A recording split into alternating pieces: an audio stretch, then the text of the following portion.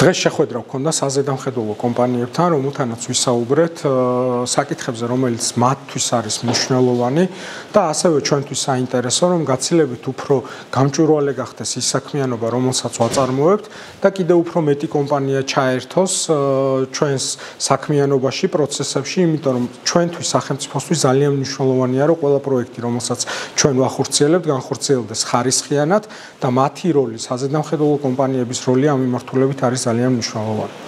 პირველ რიგში ძალიან მოხარული ვარ, რომ სახელმწიფოს და სამინისტროს მხრიდან წამოვიდა ეს ინიციატივა, რომ თვითონ ადგილობრივ კომპანიებთან მოხდეს სისტემატიური შეხვედრები და იმუშაონ იმ პრობლემურ საკითხებზე, რაც ყველას აწუხებს, იმისთვის, რომ მოხდეს ხარისხის უზრუნველყოფა.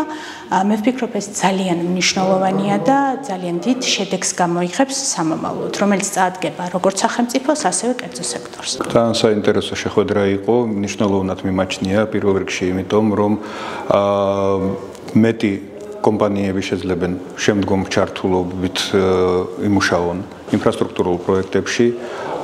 მეტი იქნება ის კომპანია, რომელიც იქნება აკრედიტებული და შესაბამისად პასუხისმგებლობა უფრო მაღალი იქნება და ეს ძალსახად აისახება შედეგზე, ხარისხზე და იმაზე, თუ პროექტი მრავლადაში და რა ხარისხით დასრულდება.